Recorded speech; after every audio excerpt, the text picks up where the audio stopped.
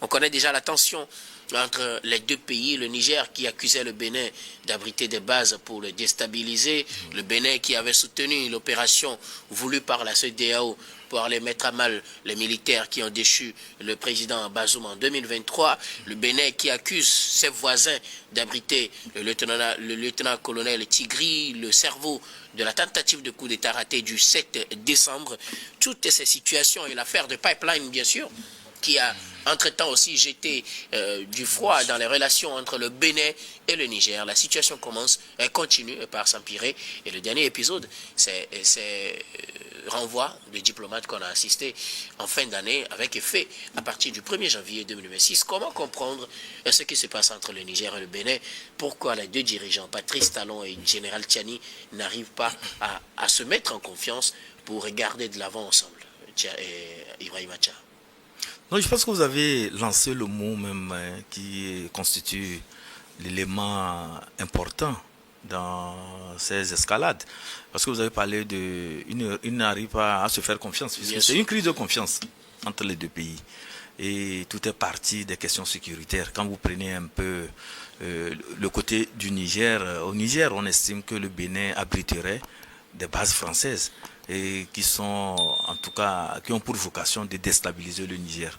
Et vous savez que après le putsch et l'arrivée de Tiani, les autorités nigériennes estiment que une puissance, notamment la France, manœuvrerait à les voir tomber, puisqu'ils estiment que la France a des intérêts au Niger et la France voudrait placer ses suppôts à la tête du Niger. Donc ce que les nouvelles autorités ne voudraient pas, et ils luttent pour sortir du joug colonial français et faire en sorte que le Niger puisse retrouver une certaine souveraineté. Et quand vous prenez un peu l'état d'esprit au niveau des États de l'AES, c'est la même chose. Et tout le monde lutte pour une certaine souveraineté et voudrait avoir la même mise totale sur les ressources du pays, puisqu'ils estiment que les puissances qui étaient présentes sur leur sol se livraient à la rapine. Donc c'était vraiment de passer par tous les moyens pour faire sortir des minéraux et tout cela vraiment sans que cela ne profite au Niger, soit ou bien au Mali ou bien au Burkina Faso. Donc maintenant, quand je reviens un peu entre ce qui cause vraiment le véritable problème entre le Bénin et le Niger, c'est dû au fait que au lendemain aussi du putsch manqué, les autorités béninoises ont accusé le Niger comme quoi constituant en même temps un état de refuge au cerveau du putsch manqué, le lieutenant-colonel Tigri. C'est ce qui a été... Ça n'a pas été officiellement non, dit les accusations, oui, les accusations étaient allées dans ce sens. Et on accusait, et il y avait même certains, je peux dire, supporters du président béninois qui ont eu à dire ouvertement que voilà, le cerveau du putsch manqué serait au Niger, en passant par un autre pays voisin, en transitant par le Togo, après le Burkina et après voilà, la destination finale, c'est le Niger, c'est ce que les gens disent. Et n'oublions pas aussi que dès les premières heures de ce coup d'État manqué, et un des activistes très très très hostile à Talon, je veux parler de Kémy Séba, et qui se trouve être aussi un élément, un soutien farouche de Tiani, a eu aussi à publier des choses hostiles contre le Bénin. Et vous comprenez que c'est des éléments aussi qui amènent le Bénin à conclure que le Niger serait derrière cette tentative de coup d'État manqué dans le pays, où carrément le Bénin et le Niger seraient peut-être en intelligence avec ceux qui ont préparé ce coup. Donc voilà des éléments qui amènent les deux pays à se regarder en chaîne de faïence. Il faut avoir le courage de le dire. Et vous avez aussi rappelé l'épisode du putsch manqué lorsque la CEDEAO avait décidé d'intervenir militairement au Niger. Le putsch de 2023, le putsch réussi. Le putsch réussi.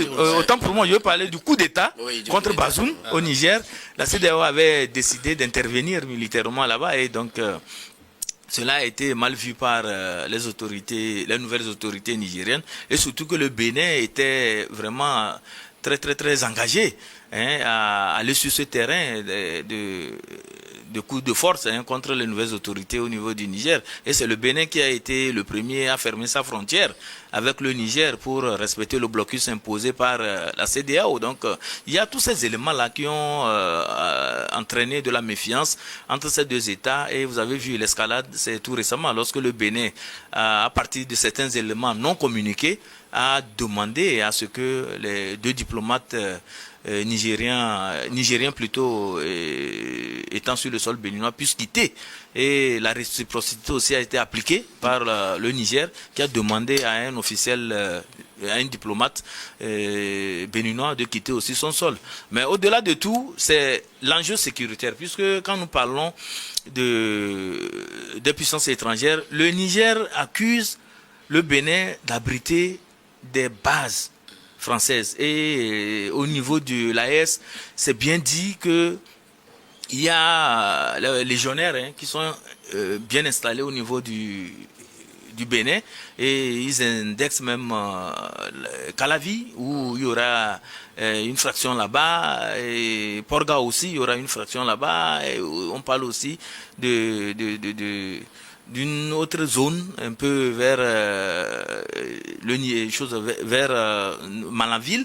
Donc voilà des accusations qui amènent à Kandi aussi bien évidemment. Donc on estime que ces légionnaires là, en tout cas que l'AS appelle Wagner version française, qui sont là-bas et certains estiment que c'est des forces militaires françaises, mais d'autres estiment que c'est un groupe aussi comme des mercenaires, comme l'État français aussi a eu à attaquer Wagner de mercenaires et de forces qui voudraient déstabiliser aussi certains pays au niveau de la sous-région ouest africaine. Donc surtout la présence de ces puissances-là constituait une menace directe à la sécurité des États de l'AES, surtout principalement le Niger. Le Niger estime que ces bases-là qui sont installées visent à mener des actions de déstabilisation sur son territoire. Et donc, dans ce schéma, on ne peut que s'attendre à une inimitié entre le Niger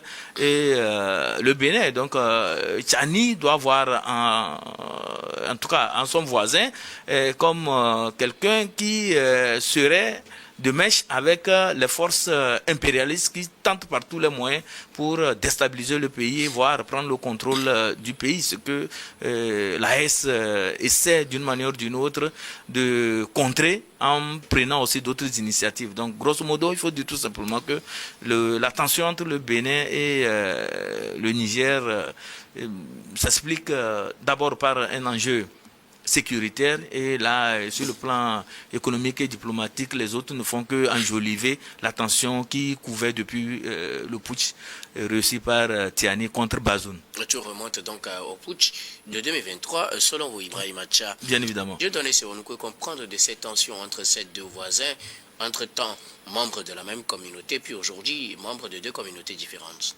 Non, vous voyez, je reprendrai par là où Acha a chuté. La relation entre ces deux pays aujourd'hui souffre des reliquats nocifs de la fébrilité de la branche politique de la CEDEAO. Vous savez, depuis le coup d'état de novembre, je crois, de 2023 dernier, qui a vu le renversement de Bazoum, les deux pays déjà avaient commencé par se voir anciens et défaillants à cause de certains nombres de raisons qu'ils évoquent, mais les derniers événements ont beaucoup plus mis la scène à la place publique en parlant de cette position inconfortable qu'a tenue un des conseillers du président Tiani, notamment Kémy Séba, que je respecte très bien de par ses engagements et ses positions en faveur de l'Afrique et aussi des Africains opprimés. Malheureusement, je pense que quelque chose a cloché un peu avec sa sortie précoce sur l'événement malheureux qui a frappé le Bénin. Et du coup, il est de bon ton qu'une analyse aussi claire et précise soit faite pour dire si lui qui est proche du pouvoir nigérien se réjouit et frotte les mains de ce malheur qui a failli atteindre le Bénin. Alors cela voudrait dire que la tête nigérienne en est pour quelque chose, alors que cela ne devrait pas être le cas. Et pour moi, c'est regrettable de voir ces positions aujourd'hui s'endurcir jusqu'à ce qu'on aille à des chaises diplomatiques qui, on ne sait jusqu'où cela devra arriver. Deux pays frères partageant les mêmes frontières. Nous l'avons vu au cas de tentatives d'intervention prônées par la CEDEAO,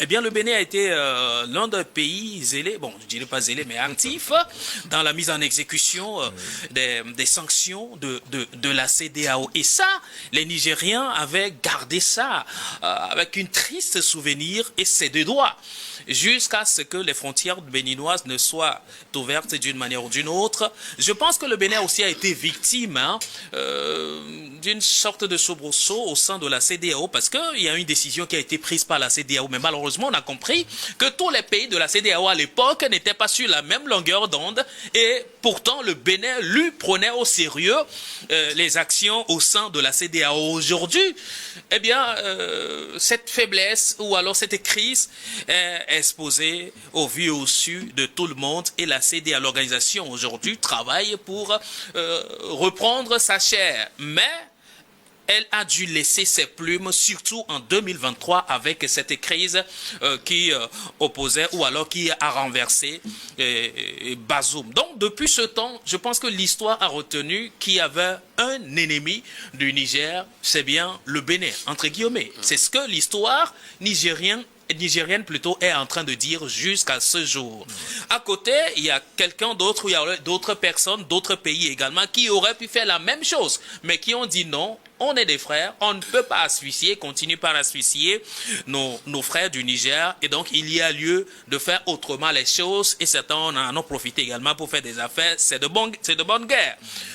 Et aujourd'hui, je ne pense pas que le Niger a fini de digérer cette manière de faire à laquelle la CEDEAO a poussé le Bénin.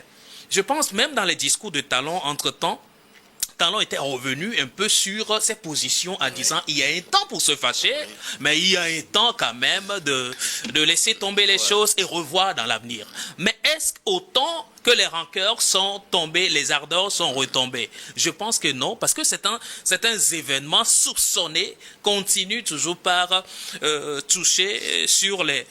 Oui. Oui, mais vous terminez. Ce que je voulais comprendre dans ce qui se passe actuellement entre ces deux pays, c'est que le Niger à plusieurs reprises a accusé directement le Bénin en citant clairement le Bénin, en donnant même des localités, en lui attribuant des tentatives de déstabilisation.